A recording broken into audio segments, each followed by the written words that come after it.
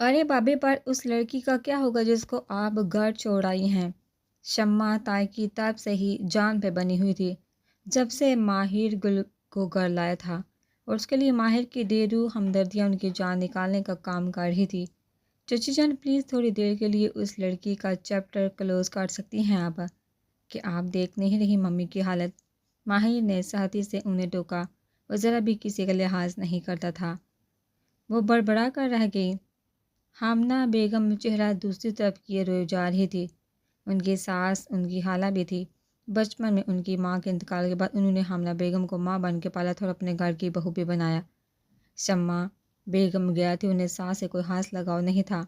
Mummy, بابا، چچی جان اور چچا کوریئر پورٹ پر چھوڑنے کے بعد وہ تھکا تھکا سا گھر لوٹا۔ ایئرپورٹ پر چھوڑنے کے بعد وہ تھکا تھکا سا گھر لوٹا۔ سامنے وہ اسے سیڑھیوں پر بیٹھی ہوئی دکھائی دی۔ ہیلو میسنی، کیا کر رہی ہو؟ وہ مسکرا کر اس سے ذرا فاصلے پر جا بیٹھا۔ گل نے ایک خاموش نگاہ اس پر ڈالی اور بغیر کوئی لفٹ کرائے دوبارہ سامنے تکنے لگی۔ ماہی نے ایک نگاہ اس پر ڈالی، ہتھیلیوں پر چہرہ گرائے۔ وہ اسے بہت معصوم لگی۔ اچھا سنو، مجھے تم سے یہ پوچھنا تھا، کیا تم جنگل سے آئی ہو؟ وہ دوستانہ لہجے میں اس سے پوچھنے لگا۔ گل نے سر ہلا دیا۔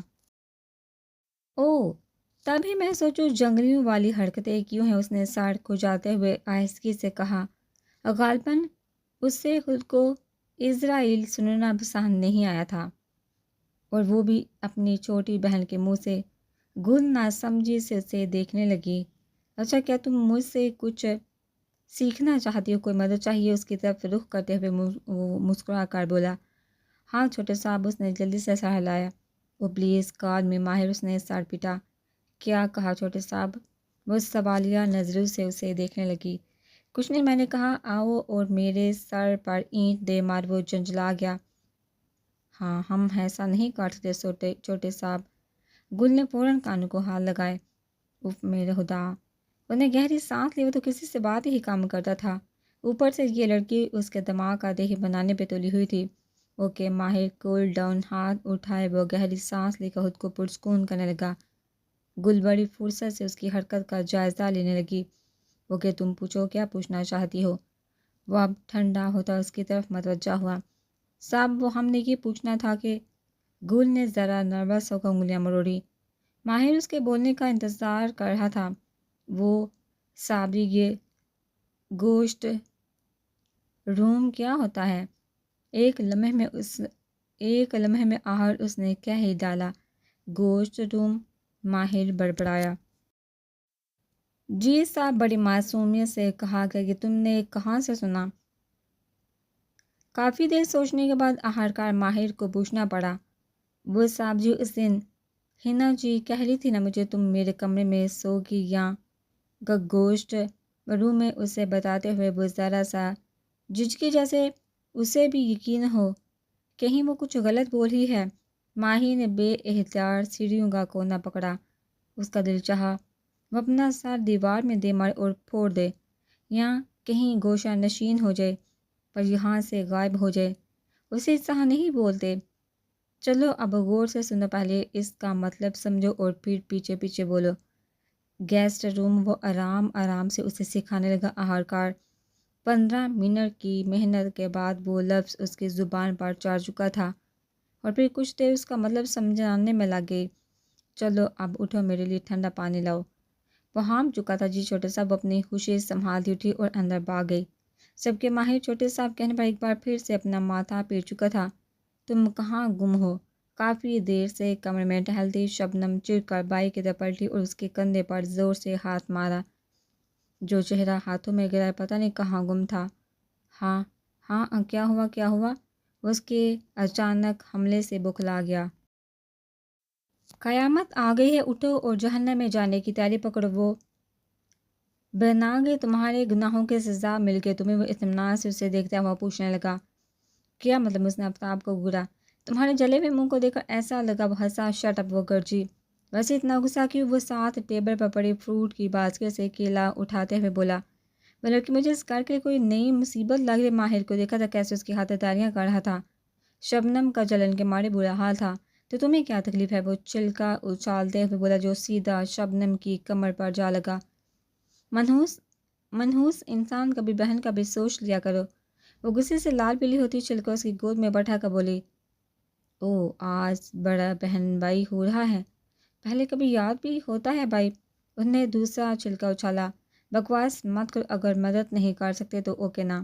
وہ انگلی دکھاتے ہوئے ضبط سے بولی، ارے جاؤ جاؤ، وہ لاپرواہی سے بولا جا رہی اور پیر پٹکتے ہوئے باہر جانے کے لیے پلٹی کہ کیلے کے چھلکے سے پھسل کر درام سے زمین بوس ہو گئی۔ ہا ہا ہا، آفتاب کا بے سہاتا چھت پھاڑ کہکا گونجا۔ تیری تو ببو کی شیرنی بنی، لنگڑاتے ہوئے اس کے پیچھے باغی مگر وہ پہلے ہی کمرے سے بھاگ گیا تھا۔ پیچھے وہ بے بس ہو کر اسے لعنتوں کے انبار بھیجنے لگی۔ برتن دو کا وجوہ ہی پلٹی دروازے پر آفتاب کو کھڑا پایا۔ ایک لمحے کے لیے گویا اس کی جان نکل گئی۔ ماہر اس وقت گھر نہیں تھا۔ حنا نے اسے بتایا تھا کہ وہ کسی کیس کے سلسلے میں شہر سے باہر گیا ہوا تھا۔ یہ کیس کیا ہوتا ہے اسے جاننے میں کوئی دلچسپی نہیں تھی۔ حنا کھانا پکا کر کمرے میں جا چکی تھی۔ گل نے زبردستی برتن دھونے کی ذمہ داری لے لی تھی۔ ہائے، وہ مسکرا کر بولا۔ گل لرزتی ٹانگوں کے ساتھ باہر نکلنے کے لیے آگے بڑھی۔ اسے ہر مرد کو دیکھ کر ہی خوف محسوس ہوتا سوائے ماہر کے۔ نہ جانے اس کے معاملے میں وہ کیوں بے خوف تھی، مگر وہ اس کے راستے میں آ گیا۔ راستہ دے دے صاحب۔ اتھل پتھل ہوتی سانسوں کے ساتھ وہ اتنا ہی کہہ پائی، کیا ایک کپ چائے بنا دو گے؟ سینڈوچز کا چاپ پر میز پر رکھتے ہوئے وہ نرمی سے پوچھنے لگا۔ انکار کرنے کی اس میں ہمت نہیں تھی، اس لیے خاموشی سے چائے کا برتن چولہے پر رکھنے لگی۔ وہ کرسی گھسیٹ کر وہیں بیٹھا اسے دیکھنے لگا۔ کچھ لمحات خاموشی کی نظر ہو گیا۔ سنو، 2 کپ چائے بنا دو، اس نے آواز لگائی۔ گل بغیر کوئی جواب دیے ابلتے کیوے میں چائے انڈیلنے لگی۔ اتنے میں آفتاب اٹھ کر پلیٹ میں سینڈوچز نکالنے لگا۔ کپوں میں چائے انڈیلتے ہوئے اس نے تیری آنکھ سے آفتاب کی حرکات کا جائزہ لیا اور اسے مصروف پا کر کپ ٹیبل پر رکھ دی۔ وہاں سے کلٹی مارنے ہی لگی تھی کہ آفتاب کی آواز پر اسے مجبوراً اپنے قدموں کو روکنا پڑا۔ کہاں جا رہی ہو؟ چائے تو پیتی جاؤ، اور دیکھو میں اسپیشل تمہارے لیے سینڈوچز لایا ہوں۔ گل بت بنی وہیں کھڑی رہی۔ وہ کسی صورت آفتاب کی یہ مہربانیاں قبول نہیں کر سکتی تھی۔ ارے آؤ بھی، وہ اٹھ کر اس کی طرف بڑھا اور اس کا ہاتھ پکڑ کر بٹھانے لگا۔ گل کی جان اس کا لمس محسوس کرتے ہی لبوں پر آ گئی۔ اس نے اپنا ہاتھ چھڑوانے کی کوشش کی مگر آفتاب کی گرفت بہت مضبوط تھی۔ عین اسی وقت حنا کچن میں داخل ہوئی کہ سامنے کا منظر دیکھ کر ٹھٹھکا رک گئی۔ یہ کیا ہو رہا ہے؟ اس کی آواز سن کر گل کو لگا جیسے کہیں سے آکسیجن کا جھونکا مل گیا ہو۔ ایک جھٹکے سے اپنا ہاتھ چھڑوا کر وہ تیزی سے بھاگ کر حنا کے پیچھے جا چھپی۔ کچھ نہیں مم، میں تو بس اسے کہہ رہا تھا مجھے چائے بنا دو۔ اپنی گھبراہٹ پر فوری قابو پا کر وہ لہجے میں لاپرواہی سموئے بولا، یوں تمہاری نوکرانی ہے کیا؟ جا کر اپنی کام چور بہن سے کہو۔ حنا کو اس کی ڈٹائی پر نہایت غصہ آیا۔ تو کیا ہو گیا؟ ہمارے گھر میں بھی تو رہتی ہے، کوئی کام کر بھی لیا تو کیا مصیبت ہے؟ آفتاب کے ماتھے پر بال پڑ کے تمہارے گھر نہیں، یہ میرے گھر رہتی، اور خبردار جو آئندہ تم نے ایسی کوئی حرکت کی ماہر بھیا سے ایسی مار پڑواؤں گی کہ یاد رکھو گے۔ اسے وارن کر کے سہمی ہوئی گل کا ہاتھ پکڑ کر نکل گئی۔ آفتاب پیچھے مٹھیاں بھینج کر رہ گئی۔ اس کے تاثرات میں چٹانوں جیسی سختی تھی۔ رات کا دوسرا پہر شروع ہو چکا تھا۔ ہو کا عالم تھا۔ کتوں کو بھونکنے کی آواز ماحول میں ہیبت طاری کر رہی تھی۔ وہ پہلو کے بل زمین پر گرا ہوا تھا۔ ہونٹوں کے ساتھ جمع ہوا خون اور پورے جسم پر پڑی نیل اس پر ہونے والے شدید تشدد کی نشاندہی کر رہے تھے۔ بند ہوتی آنکھوں سے اس نے تارو بڑے آسمان کو دیکھا۔ شکیلا اس کے لب پھڑپھڑائے۔ اوزی اس کی آنکھوں سے آنسو ٹپکا اور زمین میں جذب ہو گیا۔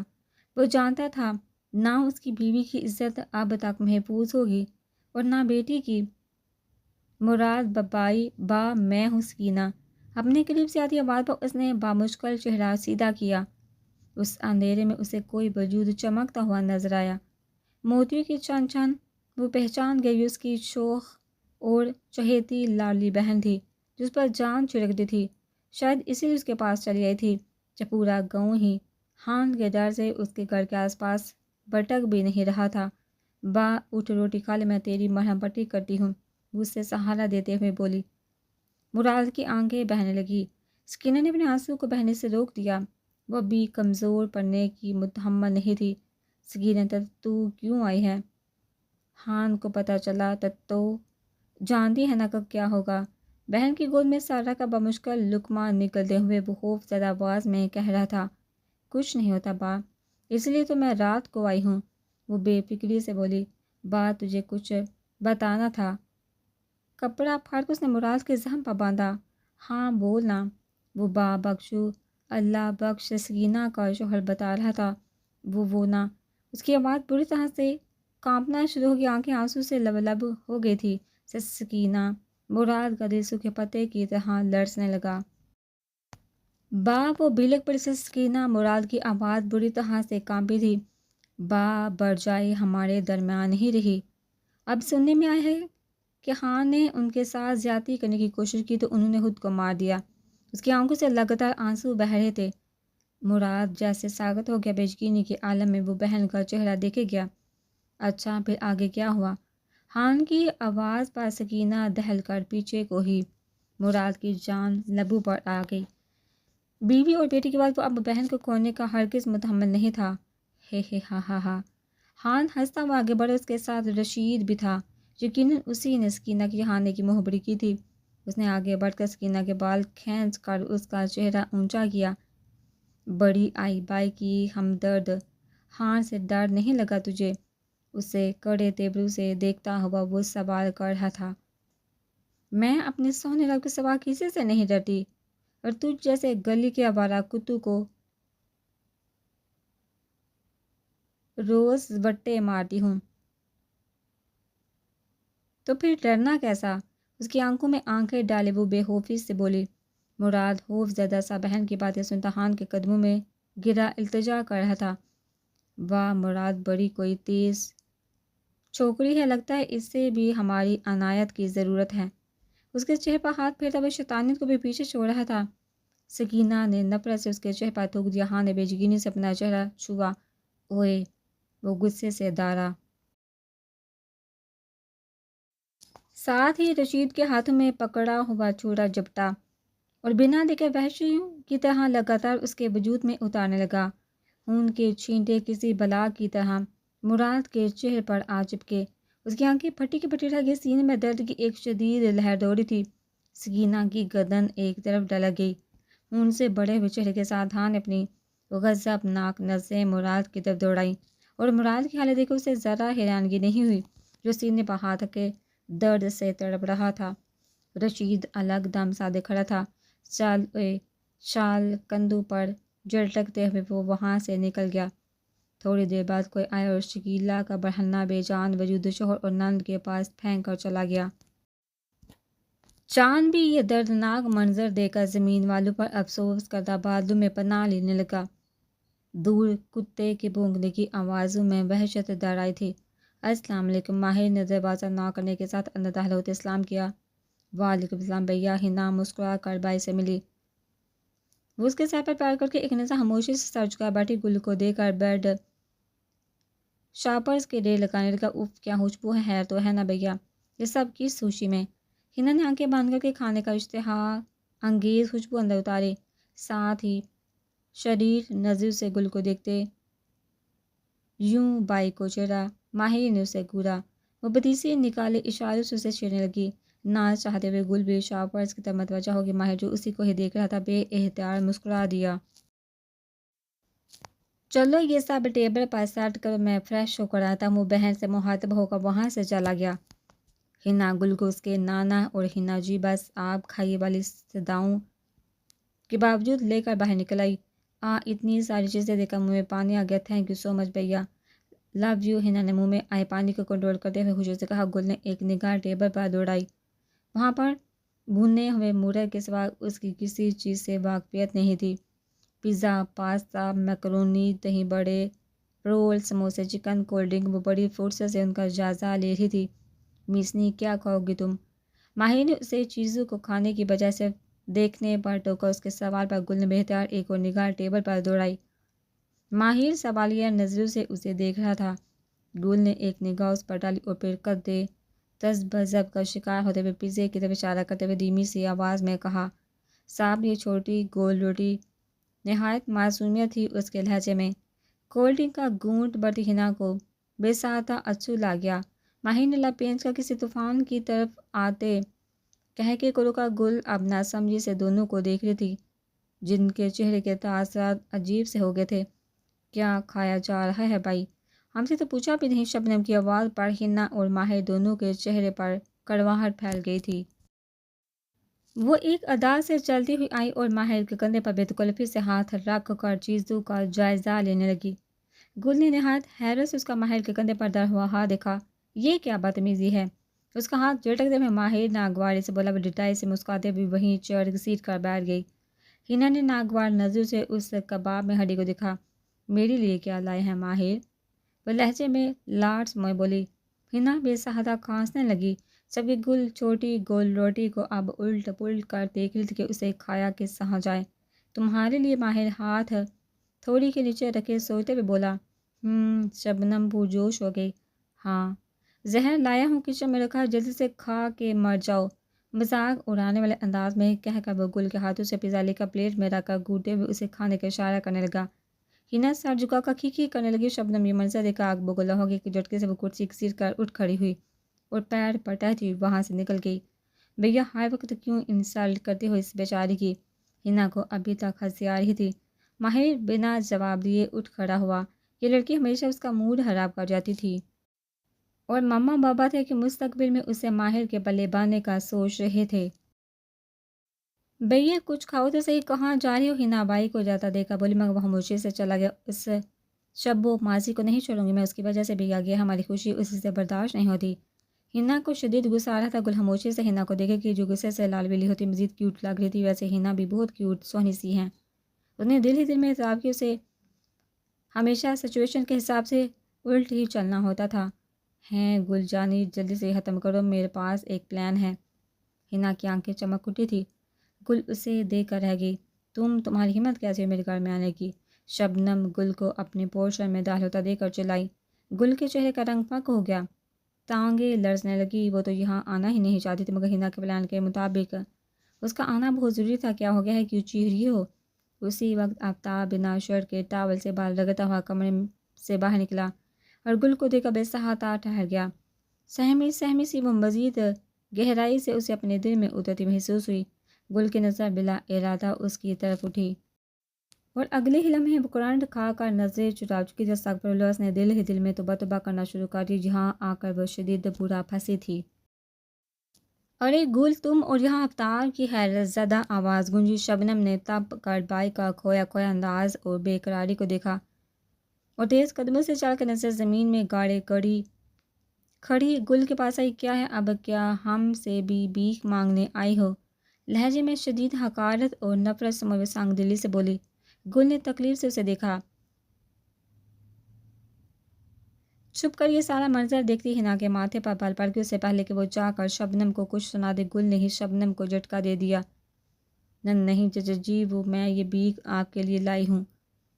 گل کے لبوں سے بے سہاتا کچھ غلط نکل گیا۔ آفتاب نے منہ پر ہاتھ رکھ کر ہنسی کو کنٹرول کیا، جبکہ ہنا زمین پر سجدے میں گری پاگلوں کی طرح ہنسنے لگی۔ گل اپنے بولن پن میں شبنم کی ایسی کی تیسی کر گئی تھی۔ کیا بولا تم نے؟ شبنم غضبناک ہوتی وہ ہمارا مطلب تھا ماہر صاحب نے آپ کے لیے چیزیں بھیجی ہیں کھانے کو۔ اس نے جلدی سے ایک باری سازشاہ پر شبنم کی در بڑھایا۔ ریلی؟ ماہر نے میرے لیے؟ Oh my god, I can't believe this. Shabnam کو ہماری خوشی اور حیرت کے چکر آنے لگے۔ اس نے تیزی سے شاہ پر گل کے ہاتھوں سے جپٹا۔ آفتاب مسکان دبائے یہ سارا منظر دیکھ رہا تھا۔ میں چلتی ہوں، گل تیزی سے وہاں سے کھسک گئی۔ آفتاب کی نظروں نے دور تک اس کا پیچھا کیا، تب وہ وہیں صوفے پر بیٹھ کر جلدی سے شاہ پر کھولنے لگی۔ جوش سے اس نے پیزے کا ڈبہ کھولا۔ اندر سے چوسی ہوئی ہڈیاں، کیچپ کی خالی پیکٹ کے ساتھ اور بھی الا بلا موجود تھا، مگر کھانے کے لائق کچھ نہیں تھا۔ ہاں ہاں ہاں، آفتاب ہنستا ہوا وہیں گر گیا، جبکہ شبنم کی حالت غصے اور دکھ کی شدت سے خراب ہو چکی تھی۔ ہنا وہ غصے سے داری، وہ جانتی تھی یہ حرکت ہنا کی ہی ہو سکتی ہے۔ ماہر کبھی سے اتنا پری نہیں ہوا تھا۔ ہنا نے زوردار کہکہ لگاتے ہوئے گل کے ہاتھ پر ہاتھ مارا۔ وہ بھی پھیکا سا مسکرائی، مگر سائے تو یہ تھا اسے یہ سب کر کے اچھا نہیں لگا تھا، مگر ہنا کی خوشی دیکھنے کے لائق تھی۔ تم کون ہو؟ کہاں سے آئی ہو؟ ماہر نے اپنے سامنے بیٹھی گل کو دیکھ کر سنجیدگی سے سوال کیا۔ اس نے کچھ دیر پہلے ہنا کو ٹیکسٹ کیا تھا کہ گل کے ساتھ وہ فوراً اس کے کمرے میں پہنچے۔ گل کا چہرہ مزید جھک گیا، اس کی جان نکلنے کو آ گئی۔ یہ سوال اس کے لیے بہت ہی خطرناک تھا، مگر وہ چاہتی تھی کہ ایک دن اس سے یہ سوال ضرور کیا جائے گا، اور وہ یہ بھی چاہتی تھی کہ وہ ان محبت سے گندے پرہلوس بہن بھائی کے ساتھ ہمیشہ نہیں رہ پائے گی۔ جب جواب دو گل، ہند نے آہستہ آواز میں اسے پکارا۔ وہ خاموشی میں کچھ پوچھ رہا ہوں، جواب دو میری بات کا گل۔ ماہر کے لہجے میں سہریاگی گل چونکہ آج اس نے پہلی بار اسے گل کہہ کر پکارا تھا، ورنہ ہمیشہ اسے مسنی کہہ کر بلاتا تھا۔ صاحب میں صبح ہی آپ کے گھر سے چلی جاؤں گی، مگر آپ مجھ سے یہ سوال مت کریں، آپ کو رب کا واسطہ۔ بہتی ہوئی آنکھوں کے ساتھ وہ اٹھ کھڑی ہوئی۔ ماہر کا ماتھا ٹھٹکا، دال میں ضرور کچھ کالا تھا۔ سنو لڑکی، خبردار جو اس گھر سے ایک قدم بھی باہر نکالا، ٹانگیں توڑ کر ہاتھ میں رکھ دوں گا۔ اس کی دھمکی سن کر گل کے قدم بے اختیار ایک لمحے کے لیے رکے، اور پھر وہ تیزی سے باہر نکل گئی۔ ہینا بھی بائی کا کندھا تھپ تھپا کر اس کے پیچھے نکل گئی۔ کھڑکی سے کان لگا کر یہ سب سنتے شبنم اور آفتاب کی آنکھوں میں چمک آ گئی تھی۔ کیا حال ہے جان، بابی اور گڑیا کیسے ہیں؟ ہارون نہیں آیا ابھی؟ ماہر نے جان یوسف سے بغل گیر ہوتے ہوئے حال چال پوچھا۔ اس کا جگری یار تھا۔ ہاں جانا بھی ٹھیک ہے، اور گڑیا بھی، پتہ نہیں یہ ہارون کہاں رہ گیا، جان نے مسکراتے ہوئے بتایا۔ لو آ گیا ہارون بھی، ماہر نے سامنے کی طرف دیکھتے ہوئے کہا۔ جان نے اس کی نظروں کے تعاقب میں دیکھا۔ سامنے وہ سحر انگیز شان اور شوکت والا شخص چلتا ہوا نظر آ رہا تھا، پولیس یونیفارم میں ملبوس، آنکھوں پر سن گلاسز لگا ہوا، تیز چال چلتا ان کی طرف بڑھ رہا تھا۔ چہرے پر ہلکی ہلکی داڑھی اس کی گندمی رنگت پر خوب جچ رہی تھی، سینے پر اس کے نام کی تہتی لگی ہوئی تھی۔ ہارون عباد شاہ، السلام علیکم، کیسے ہو یارو؟ وہ باری باری دونوں سے بغل گیر ہوتا پوچھنے لگا، چہرے پر نرم سے مسکان تھی۔ شکر جو ایس پی صاحب کو ہمارا حال پوچھنے کا بھی خیال آیا، ماہر نے جان کو آنکھ مارتے ہوئے کہا۔ یار کام بہت ہوتا ہے، فرصت نہیں ملتی، ہارون نرمی سے بتانے لگا۔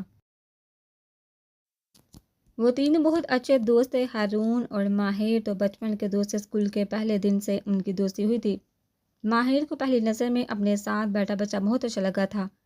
اس کی آنکھوں میں چمکتی اداسی اسے اس کی طرف کھینچ کر لے گئی تھی۔ ان دونوں کی عادات بہت مشترکہ تھی۔ وہ تو پھر بھی مسکرا لیتا تھا، مگر ہارون کو اس نے کبھی دل سے مسکراتے ہوئے نہیں دیکھا تھا۔ اس کے چہرے پر کبھی کبھار ہی مسکان پھوٹی تھی، وہ بھی مصنوعی۔ جان یوسف سے ان دونوں کی ملاقات ایک کیس کو حل کرنے کے دوران ہوئی تھی۔ وہ اپنی بیوی کا کزن، جس نے اس کی بیوی اور ساس سسر پر قاتلانہ حملہ کروایا تھا، اس کے سلسلے میں آیا تھا، تبھی ان چند ملاقاتوں میں ان تینوں میں خوب بن گئی۔ جان نے بھی ہارون کی طرف اپنا باپ کھویا تھا۔ پہلے تو صرف دو دوست تھے، مگر جان کچھ اس خوبصورت انداز سے ان دونوں کے بیچ آیا کہ نہ ان کے بیچ فاصلے بڑھے، بلکہ وہ سب آپس میں ایک دوسرے کے بہت قریب ہو گئے۔ آج وہ کافی عرصے بعد حلوہ پوری کا ناشتہ کرنے کے لیے اپنی پسندیدہ جگہ پر اکٹھے ہوئے تھے۔ ارے واہ یار، مزہ آ گیا، کاش ہم روز ساتھ مل کر ناشتہ کر سکتے، جان نے ہاتھ ٹشو سے صاف کرتے ہوئے حسرت سے کہا۔ وہ دونوں مسکرائی۔ اسی وقت جان کا فون بجنے لگا۔ جانا کالنگ، لگتا ہے بابی جی ان ایکشن، ماہر شرارت سے ہنسا۔ جان اسے آنکھیں دکھاتا ذرا سا سائڈ پر جا کر کھڑا ہو گیا۔ میں چلتا ہوں، لیٹ ہو رہا ہوں۔ ہارون گھڑی دیکھتے ہوئے اٹھ کھڑا ہوا۔ سن یار، آج تو دوپہر میں کافی فری ہوگا، مجھے تو اسے ایک بہت ضروری بات کرنی ہے، ماہر نے ہارون کو مخاطب کرتے ہوئے کہا۔ شور ملتے پھر لنچ پر؟ وہ مسکرا کر دونوں سے ملتا ہوا چلا گیا۔ وہ دونوں بھی اپنے اپنے راستے چل پڑے تھے۔ کیا حال ہے بیٹی میرا؟ ماہر کیسا ہے؟ ہمنا بیگم فون پر ہینا سے بےتاب ہوتی دریافت کر رہی تھی۔ ڈونٹ وری ممی، ہم سب ٹھیک ہیں، بھیا بھی ٹھیک ہے، اور وہ آپ کے اوپر والے دو لاڈلے بھی۔ نہ چاہتے ہوئے بھی ہینا کے چہرے پر کڑواہٹ داڑ آئی، اور وہ لڑکی چلی گئی۔ انہوں نے سنجیدگی سے پوچھا۔ ہینا ایک لمحے کے لیے چپ ہو گئی۔ بابا کیسے ہیں؟ دادو کی طبیعت کچھ سنبھلی؟ اس نے تیزی سے بات بدلی۔ ہاں تمہارے بابا بھی ٹھیک ہے، اور دادو کے لیے بس دعا کرو، اور میرے سوال کا جواب دو۔ انہوں نے اس بار سختی سے پوچھا۔ کیا ممی یہی ہیں؟ وہ جنجلائی۔ کیا مطلب؟ دماغ تو خراب نہیں ہو گیا تمہارا؟ میں نے ماہر سے کہا تھا کہ اسے اگلے دن فوراً گھر سے نکالے، تم لوگ میری غیر موجودگی کا ناجائز فائدہ اٹھا رہے۔ وہ حسب معمول شروع ہو چکی تھی۔ ہینا نے اکتا کر کال کالی۔ گل کے بارے میں سوچ کر اس کا دل پریشان تھا، اور اس کا معاملہ کچھ مشکوک بھی لگ رہا تھا۔ جوتے پیر میں عرصے پہ وہ اسے ڈھونڈنے باہر نکل گئی۔ بنا آہٹ کے وہ احتیاط سے پیر زمین پر رکھتا بیڈ پر سوئے وجود کی طرف بڑھ رہا تھا۔ ان اداس آنکھوں میں اس وقت شرارت کی چمک تھی، چال بھی کسی سے بہت ملتی تھی۔ قریب جا کر جو ہی اس نے ڈرانے کے لیے ہاتھ بڑھایا کہ اسے یہ آواز سن کر ہر بار کی طرح ناکام ہونا پڑا۔ آ گیا میرا جگر۔ عالیہ یہ کہہ کر مسکراتے ہوئے اٹھ بیٹھی، ساتھ ہی اپنے ہاتھ میں پکڑی ہوئی تصویر تکیے کے نیچے چھپا دی۔ جی آ گیا۔ آپ کو کیسے پتہ چل جاتا ہے میرے آنے کا؟ ماں کا ماتھا چومتے ہوئے اس نے چڑھ کر کہا۔ وہ پھیکا سا مسکرا دی۔ تمہارے باپ کے جانے کے بعد میرے حسیات بہت چکنا ہو گئی ہیں، اور پتہ ہے آخر پر ایسا لگتا جیسے وہی آیا ہو، مگر وہ صرف تمہارے لیے میرے پاس آیا تھا، پھر نہیں۔ انہیں صرف آنکھوں میں نمی تھی جبکہ لبوں پر مسکان کھل رہی تھی۔ ہارون کا دل اپنی ماں کی یہ حالت دیکھ کر درد سے پھٹنے لگتا۔ اب بھی آپ بابا کو یاد کر رہی تھی نا؟ اس کے لہجے میں درد ٹھاٹے مار رہا تھا۔ چلو چھوڑو ان ساری باتوں کو، فریش ہو جاؤ، میں کھانا لگاتی ہوں۔ نہیں ممی، میں کھانا کھا کر آئی ہوں، بس آپ سے ملنے آیا تھا۔ مجھے ابھی کراچی کے لیے نکلنا ہے، بہت ہی اہم کیس ہے لڑکی کے اغوا کا۔ دعا کیجیے گا میں کامیاب ہو جاؤں، مجھے بس اس کو محفوظ رکھنا ہے۔ اس کے چہرے پر چٹانوں جیسی سختی تھی جبکہ آنکھوں میں عزم دکھ رہا تھا۔ علیہ نے دل ہی دل میں اس شہزادے کو دیکھا ماشاءاللہ کہا، ہو بہو وہ خرم جیسا تھا۔ جاؤ اللہ پاک کامیاب کرے انہیں۔ ہارون کا سر چوم کر دعا دی، وہ اس سے مل کر وہاں سے چلا گیا۔ پیچھے وہ دوبارہ سے اپنے مشغلے میں مصروف ہو گئی تھی، خرم کی تصویر کو گھنٹوں تکنا۔ کیا کر رہی ہو گل؟ شبنم اس کے پاس آ کر کھڑی اور میٹھے لہجے میں پوچھنے لگی۔ جب وہ ماہر کے باتوں سے پریشان ہو کر لان میں کھڑی سامنے کو تاک رہی تھی، گل نے نہایت حیرت سے شبنم کو دیکھا۔ شبنم اس کی نظروں کا مفہوم جان کر کسیانی سے مسکرائی۔ مجھے معاف کر دو گل، رات کے لیے۔ انہیں چاکلیٹ اس کی طرف بڑھاتے ہوئے معذرت کی۔ گل نے ایک نظر اس کے ہاتھ میں پکڑی چیز کو دیکھا اور دوسری نگاہ اس کے چہرے پر دوڑائی۔ اسے واقعی وہ شرمندہ لگی۔ کوئی بات نہیں شبنم جی، میں وہ کھلے دل سے مسکرا دی۔ اوہ تھینک یو سو مچ، ایک چاکلیٹ لو نا۔ نہیں شبنم جی ٹھیک ہے بس۔ انہوں نے فوراً انکار کیا۔ دیکھو لے لو نا، ورنہ مجھے ایسا لگے گا تم نے مجھے معاف نہیں کیا۔ شبنم نے دکھی ہونے کی اداکاری کی۔ نہیں ایسی بات نہیں ہے شبنم جی، خیر ہے۔ گل کو اچھا نہیں لگ رہا تھا۔ اچھا چلو آج اکٹھا کھانا کھاتے ہیں۔ وہ گل کا ہاتھ پکڑ کر زبردستی اسے لے جانے کے لیے مڑی کہ پیچھے سینے پر ہاتھ باندھ کر آبرو اچکائے اسے دیکھتی حنا کو دیکھو اسے زبردستی جھٹکا لگا۔ کیا بات ہے شبو ماسی، بہت ہمدردی ہو رہی ہے، کچھ چوری کروانا ہے اسے، استہزائیہ انداز میں کہہ کر اس نے گل کا ہاتھ چھڑوایا۔ شٹ اپ، شبنم نے دانت پیسے۔ یہ چوری کا تانا اسے چابک کی طرح لگ رہا تھا، مگر اس عادت سے چھٹکارا پانا بھی اس کے بس میں نہیں تھا۔ اب کسی اور کی چیز اسے پسند آ جائے تو اسے بھلا کیا ضرورت ہے فضول خرچی کرنے کی، اور دنیا کے سارے لوگ اس کے اپنے تھے تو بھلا اسے اجازت کی کیا ضرورت تھی۔ ایسے ہی صحیح، same to you Shabbo darling, وہ اتنی ہی اطمینان سے کہہ کر گل کو لیے وہاں سے نکل گئی۔ سوری یار، میں کچھ دنوں کے لیے تو سے نہیں مل سکتا، شہر سے باہر جیسے ہی گھر آؤں گا فوراً تو اسے ملوں گا۔ ہارون کا میسج پڑھ کر ماہر نے مسکراتے ہوئے رپلائی کیا۔ پھر سو کے جان اور کافی کا کپ اٹھا کر باہر نکل آیا۔ رات کا وقت سب سو گئے تھے، وہ گل کے بارے میں سوچا تھا جو اسے دیکھتے ہی وہاں سے بھاگ جاتی تھی۔